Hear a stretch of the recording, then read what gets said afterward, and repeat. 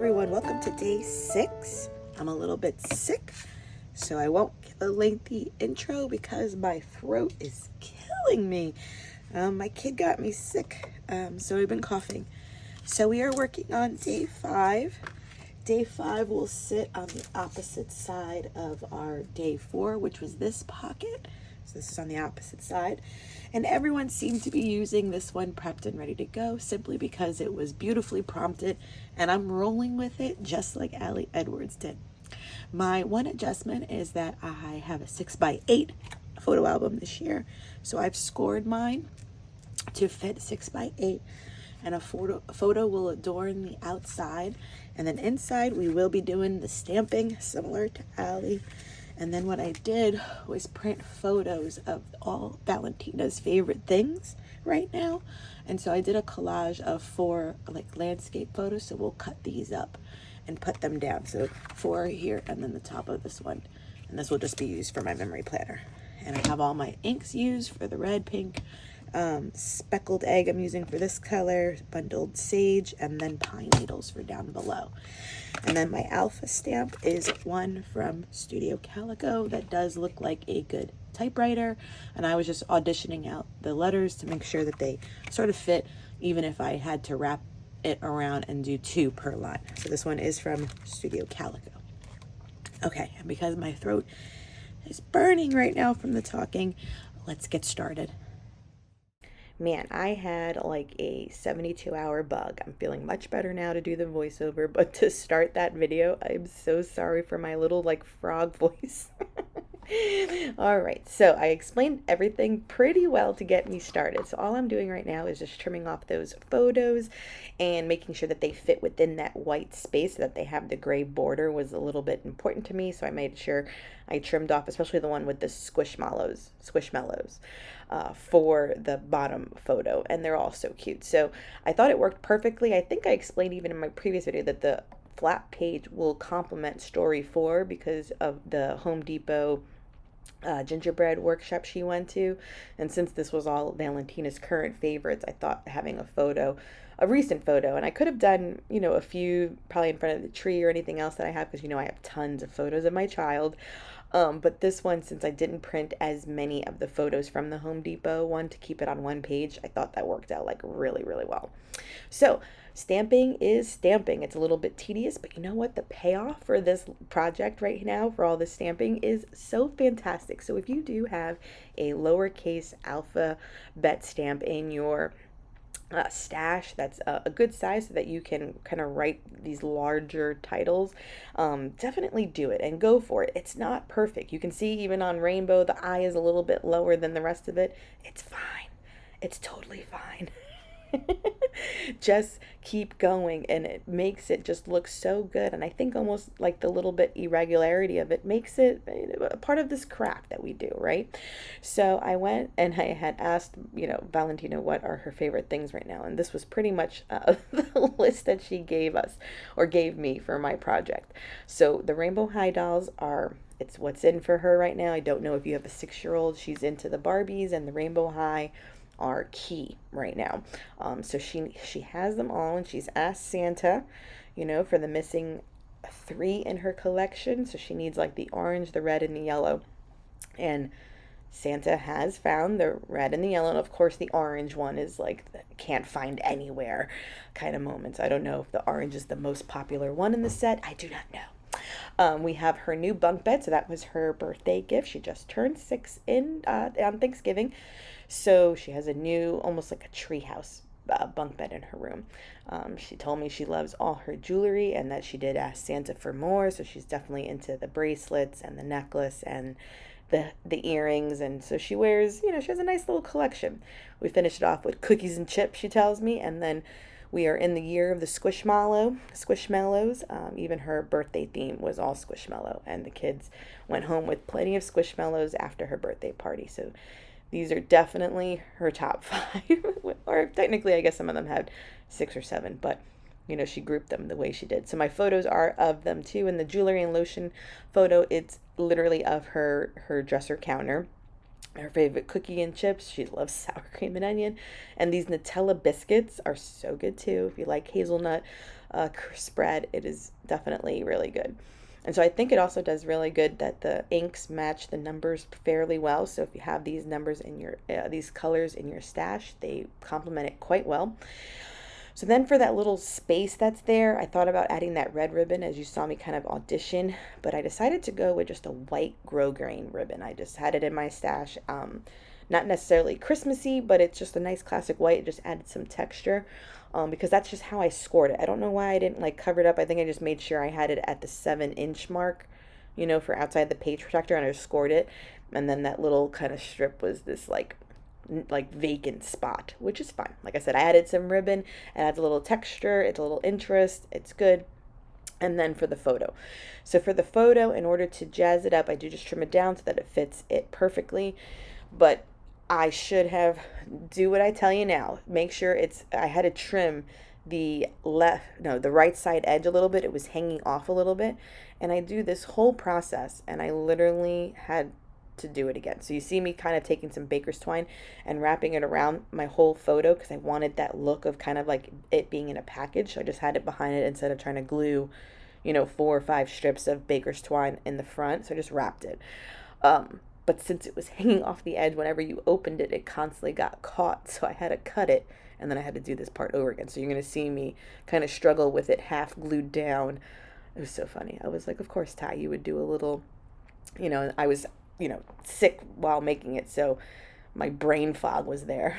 So this is probably me realizing like, oh, I have to trim it, and if I trim it, I'm going to cut all the ribbon. Oh, I'm going to cut all the ribbon. And then I do it again. This is when I trimmed it. I was like, I have to cut it, and I'm going to start again. And there goes all the ribbon. Then take it off, take it off. Oh my goodness. So make sure the photo is already trimmed before you add the baker's twine around it. The tag I'm using is actually from the tag die cut set from last year. I have like 2 or 3 left over, and this one says Little Moments, which is perfect on red. And then I'm using for the number, it's a acrylic number 5. This is from Color Cast Designs.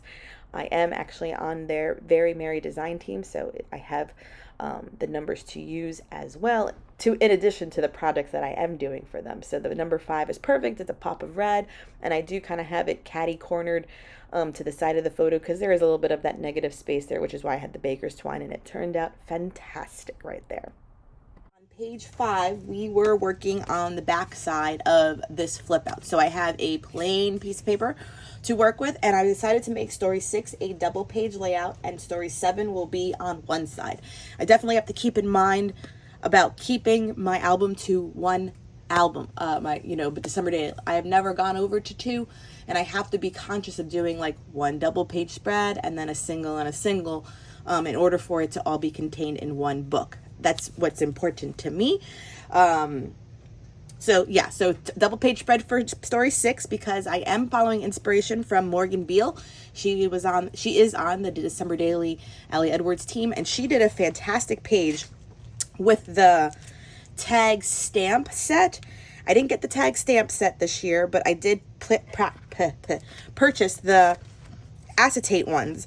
And so she did a page, if you recall, on her feed that was kind of like them all like back to back like this row. And obviously in every other one, I think she had a photo, and she wasn't using any of the acetate, but she was using the stamp set to like heat emboss and do things. So we're just going to take inspiration from that, and I'm going to use some of the pattern acetate. We're going to put in some photos, and the photos I'm scrapping in this layout are of this year's new ornaments. And then every other one or so will have the journaling about said ornament. So I figured that was a nice way to have some variation along with the patterns. I don't have the stamp set, so we are just going to be tracing this size for the journaling bits, and I'm going to trace this to cut out the photos too. I printed just a 2x2 grid of 6 of them, and I should have remembered to take off the border, but it seems like they'll fit. It'll fit. So that's what we are doing. And then, so last things before we start about the tags and her not having the stamp. So the stamp just had like the outlines and stuff. So I went searching through my stash for this stamp set because I have like this faux stitching one by Bo Bunny. It just has like, faux stitching, like a little zigzag, a little one, so I could do that around the edges of the ones like I have journaling on. But if you don't have this, thumb through your stamps. So this is my little tidbit, because I almost was going to use just these edge borders here, if you could see them. This is a like close to my heart stamp set. Even that would work as a faux stitch. And that one was cool. I have like this L Studio one, and like this little top one with the dots, a star, and then a solid line, or even these could work, and even this one could work as like a simple little border on the edge. And I also have this Heidi Swap one, and like all of these, let me see if I can get it, could be used as a decorative edge. So just because you don't have per se a faux stitch stamp specifically, look on the ones you have, because you'd be surprised that they'll have little edge ones or line ones that you could totally use and get the same look. And don't get me wrong, these are actually still tempting because I like that they're kind of doodly, but I was looking for this. So we'll see what we use. So let's get started. Okay, so let's get started on this one. For my first task, I did trim down my photos. What I will say, hindsight, I'm giving you all my tips on what I learned to do it better the next time.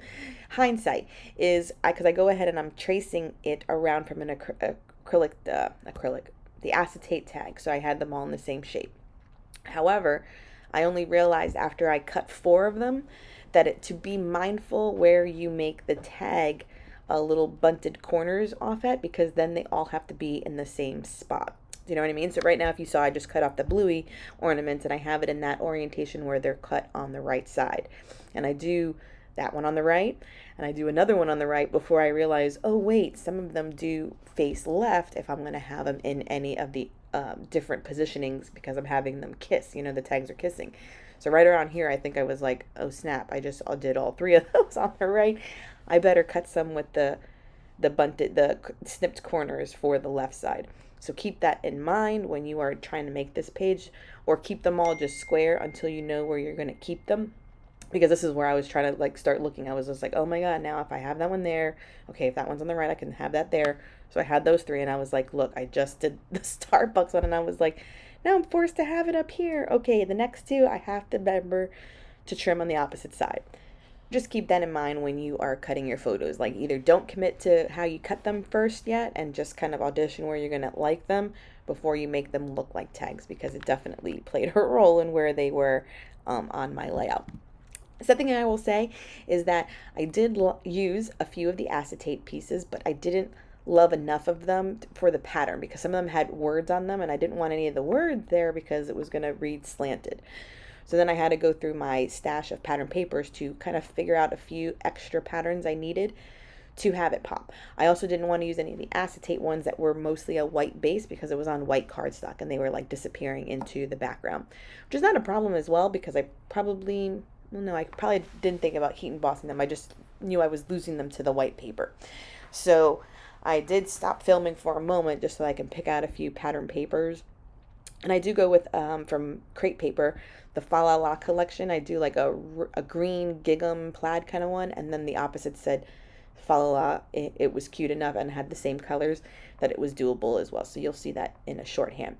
So then what I'm also doing right now is cutting out just wide cardstock that are going to be the journaling areas for each of the ornaments, and making sure I had enough and cut them accordingly to about the left and the right side.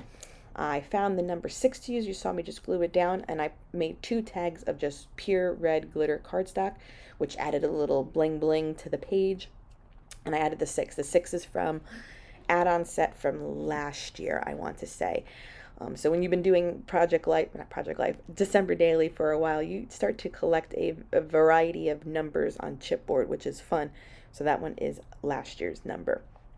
So also when I was off camera, just kind of auditioning things out, you can see I put little embellishments like on each one. There's a star, there's like a little chipboard piece, there's a wood veneer star on one of them, and you can see that green on green plaid paper. I have one on each page, and then I have the Fa La La on the bottom right. That's some of that pattern paper that I was mentioning to pull in to occupy some of the spaces. And then I have the 2 that are red glitter paper with the 6, and then the opposite side has the craft star on it as well. So then I decided that I'm not heat embossing what I was telling you in the beginning, but I do take one of those stitch looking edges, because you just saw me demo it right there, and I use the pine needles lumberjack red, and I do some in black where I just kind of have that faux stitching look on the edges. I did all my journaling on clear pattern paper. The MACO is the brand I've been using, and actually is really good. I do have it linked always in my description below. It's the MACO matte clear sticker paper for my journaling. And this font, it's called Spring Floral, but it kind of reminds me a little bit of like a Ray Dunn, and you'll see on the upper left hand corner soon enough I type out new ornaments, and I make ornaments kind of wrap the line so it takes up two lines in order to have it big enough to read. So that way we know exactly what we're looking at. Then with glitter, the red glitter paper, I do take my tiny star punch, and you can see the little red stars, to make that like the same star holes that are from the tag acetate ones from the Ali Edwards one. So it mimicked it quite well. And only on four tags actually have either baker's twine or a little piece of velvet ribbon. Once I did those, I just felt it was enough texture, because if I did it on all of them, then it would start blocking different parts of the photos, which I wasn't prepared for, nor the journaling. So that was enough to make me happy. And so right now I'm just doing all of the stickers and the stamping. This process too, please be aware when you're stamping to get the right orientation, because I had to redo 3 of them. That's how many times I messed up. Because once again, it's where the holes get snipped, if it is in the right spot facing the left or the right for the ornament that the journaling is on. And 3 times I messed this part up, so I did redo them. So just learn from my mistakes if you try it out. Learn from me. Okay, that will wrap up stories 5 and 6. I love all the twine and all the baker's twine wrapped around there, and I did adhere that there just so that it didn't move and constantly kind of go in her face. I'm sure I hopefully saw that I added just some grosgrain ribbon trim right there, which is just an added little texture. And then here are all of her favorites. Love the stamping. It was such a great idea. I got it, influence from Ali Edwards. And then the next page is fantastic with all of my new ornaments. Now, I've told this story multiple times a year, or not multiple, but each year. But each year we have a brand new stack of selection of ornaments. So it's fun to just kind of take the time to acknowledge the ones that were added to the collection this year. And I tried to add like a little embellishment per little tag. And I think I did well, except for this one that had text on it. So that is stories 5 and 6. Thank you so much for being here. Thank you for watching my series so far on my December daily. It's really been fun. Please subscribe if you haven't done so. Give this video a thumbs up. And as always, have a good day.